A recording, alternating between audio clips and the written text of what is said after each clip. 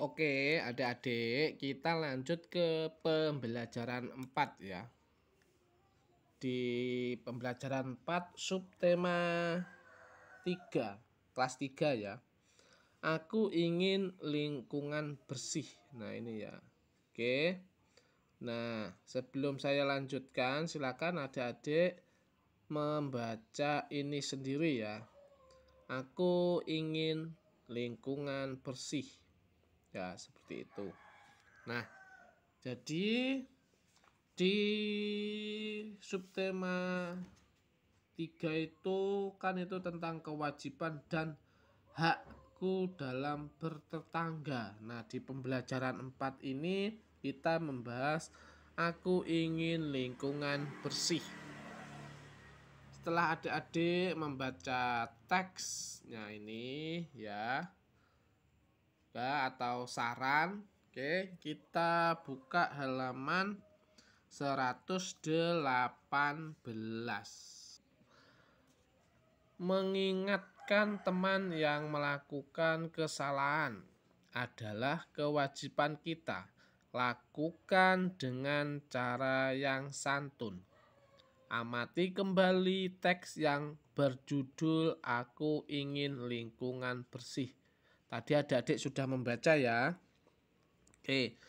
Tuliskan masalah dan penyelesaiannya pada tabel berikut. Nah, di sini ada tabel ya. Oke. Nah, di sini adik-adik saya kasih contoh. Misalnya masalah ya. Masalah ini. Contohnya, Edo melihat seorang anak yang tidak dikenal mencoret-coret tembok tetangganya. Masalahnya itu.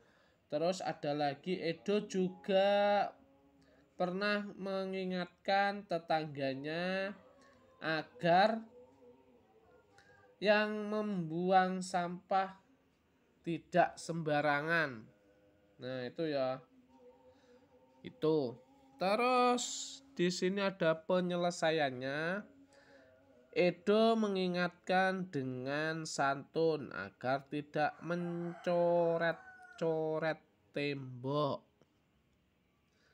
Terus yang bawahnya sini, Edo mengingatkan tetangganya untuk membuang sampah pada tempatnya dengan santun.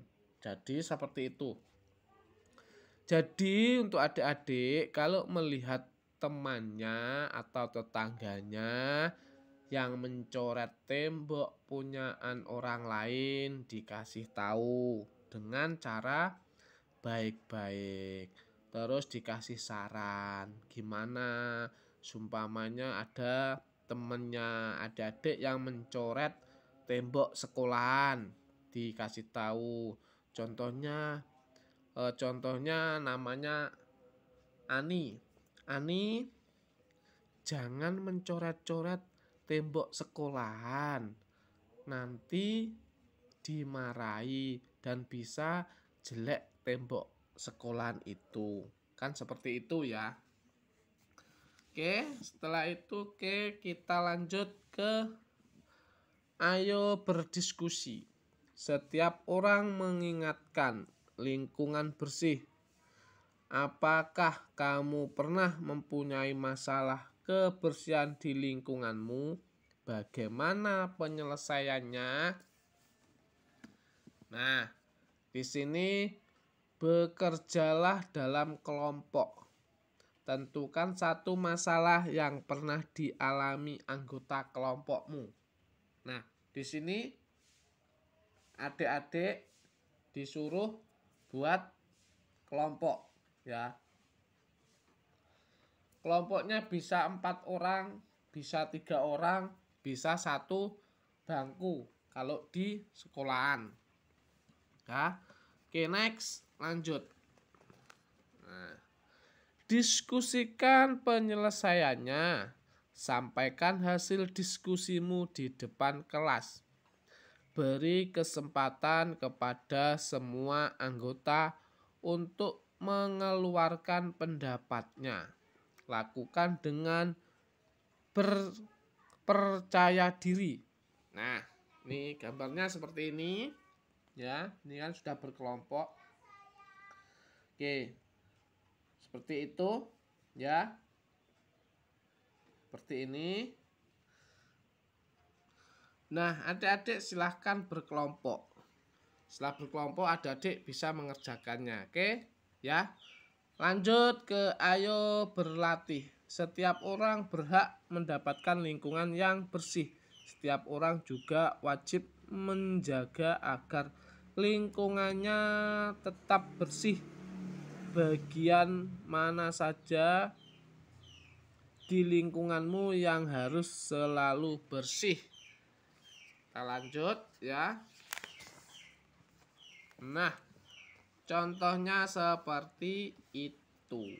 Gambarnya ya, gambarnya seperti ini. Terus bekerjalah bersama teman sebelahmu. Uraikan kewajiban dan hak tentang lingkungan rumah yang bersih. Tuliskan pada tabel berikut lingkungan rumah bersih. Ada kewajiban. Contohnya kewajiban yang pertama. Apa yang pertama ini? Menyapu pekarangan ya. Terus yang kedua, membersihkan kamar mandi. Lingkungan ini ya, lingkungan rumah bersih. Dan seterusnya merapikan barang-barang. Ya. Oke. Contoh terakhir, tak kasih 3 contoh ya. Contoh terakhir, menyiram tanaman. Oke. Terus ini ada hak pekarangan bersih. Haknya yang pertama itu rumah menjadi tidak bau dan kotor. Rumah terlihat rapi. Rumah menjadi bersih dan nyaman.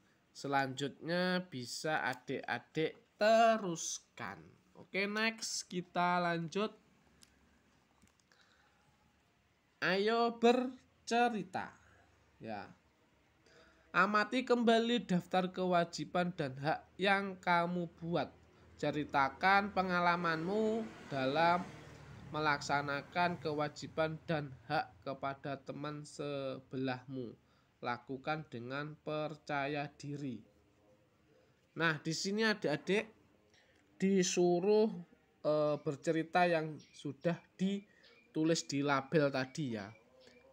Contohnya begini. Menjaga agar lingkungannya tetap bersih merupakan kewajiban setiap orang. Lingkungan yang bersih tidak hanya membuat siapapun yang memandangnya menjadi merasa nyaman dan aman. Lingkungan yang bersih juga akan memberikan banyak manfaat. Di antaranya untuk mengendalikan penyakit. Contohnya seperti itu. Terus adik-adik bisa meneruskan sendiri ya. Oke, silahkan diteruskan sendiri ceritanya. Oke, next kita lanjut ke halaman 122. Gambarnya seperti ini. Terus amati gambar Ibu Beni dan para tetangga yang sedang membeli sayuran. Menurutmu bagaimana cara memilih sayuran yang baik? Diskusikan dengan teman di sebelahmu. Satu bangku ya. Oke, setelah didiskusikan kita lanjut ke 123. Tuliskan hasil diskusimu pada tempat tersedia. Cara memilih sayuran yang baik.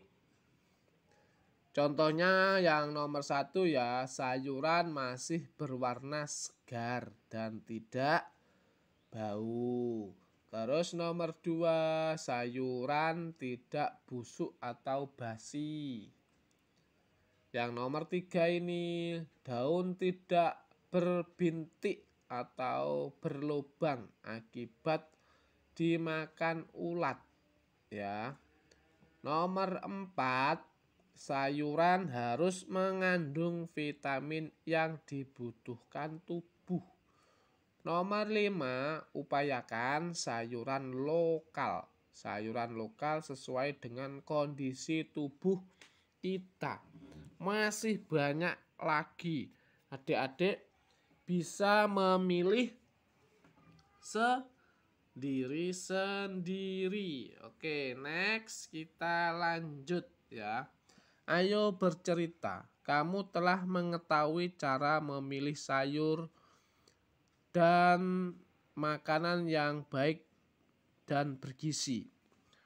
Oleh karena itu, kamu wajib bersyukur mendapat makanan bergizi. Kamu juga wajib berterima kasih kepada orang tuamu.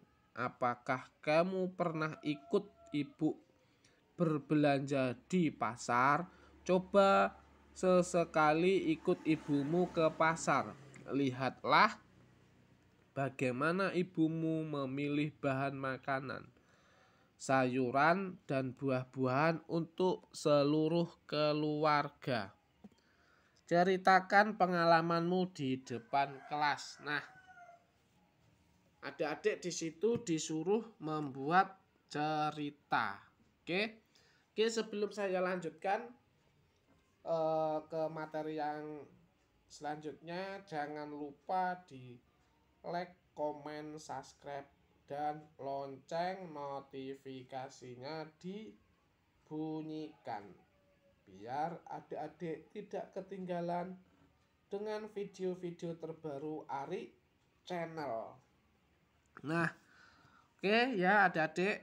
Jadi di pembelajaran tentang lingkungan bersih itu tadi sampai sekian. Mudah-mudahan video ini atau pembelajaran ini bermanfaat bagi adik-adik semuanya. Terima kasih.